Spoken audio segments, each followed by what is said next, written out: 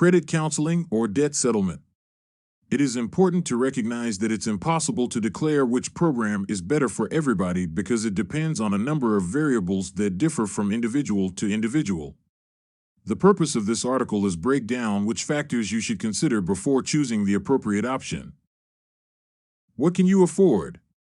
Credit counseling programs tend to be a lot more expensive than debt settlement programs. The reason is simple. Credit counseling only produces results on the interest rates, whereas debt settlement is able to actually negotiate the amount you owe. Simply put, if you are in a true financial bind, then the clear choice for you should be debt settlement, and on a pure money saved basis, debt settlement will almost always be the answer. Although this is undoubtedly an important factor, it is not the only variable to consider before making a decision on which program is best for you. What sort of credit impact can you tolerate? Some credit counselors out there will undoubtedly tout that their program doesn't affect your credit score negatively. This is a play on words. Sure, your score won't drop, but ask any lender what the impact is to your loan application. Let me save you some time. It's devastating. That being said, debt settlement is no better for your credit, and lenders in general definitely do not like seeing debtors seeking outside help for their financial situation. On the flip side, they definitely do not like seeing the past due marks from enrolling in a settlement program. So let's consider this example. For years ago, John decided to use credit counseling, and Mary decided to follow the debt settlement path. They both have the same income and expenses, and they both applied for a $200,000 mortgage. Who is more likely to get it, John, who is 1 year away from completing his credit counseling program, or Mary, who finished her debt settlement program 1.5 years ago and has since been rebuilding her credit? While this may vary from lender to lender, in general, Mary would be considered the better loan applicant. What if John paid a lot per month and they both finished their respective programs in the same amount of time? By itself, the credit counseling program would be better for your credit, but when you factor in the fact that Mary would probably have more savings to contribute to a down payment, she'd still probably be considered the better loan applicant. Do I think this is fair? Not at all.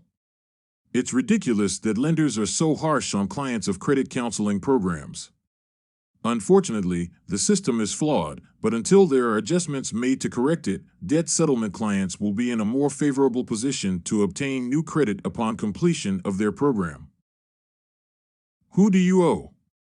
So you can save more money in debt settlement, but not always. If you owe a more aggressive creditor like Citibank, then it's possible that credit counseling or bankruptcy may be a better option for you. The reason, Citibank not only tends to settle for more on average, but they are also more likely to pursue legal action to collect a debt. Although under most circumstances debt settlement is still successful with these creditors, it is a much riskier undertaking when you're dealing with Citibank. If you cannot afford credit counseling and your debt is exclusively with Citibank, then unfortunately you're probably better off filing bankruptcy. What is your personality type? There are lots of articles online regarding credit counseling versus debt settlement, yet you would be amazed by how most finance authors eliminate the human element from this discussion. The bottom line, debt settlement is not for the faint-hearted. There is no guarantee that everything will work out completely as planned. Some settlements may be higher than estimated. Some settlements may be lower than estimated. You will inevitably get some creditor calls. This is the nature of the program, and you must be willing to accept some level of uncertainty before enrolling. The above 4 questions are organized in this order on purpose. After all, if you can't afford credit counseling, then it's pretty much out of the picture as an option for you anyway.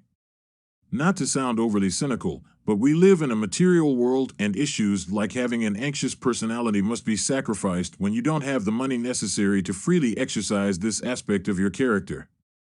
There are countless other variables that influence whether debt settlement or credit counseling is appropriate for you, i.e., what state you live in, your income source, etc. Your best bet is to discuss your individual situation with someone knowledgeable in these arenas. These are just a few differences between credit counseling and debt settlement you might not have been aware of. Hopefully you found these helpful. If you would like to learn even more about how you can increase the bottom line of your own business, then you are more than welcome to contact us, and we will take a look at your unique situation and offer some sensible solutions that would work best for you.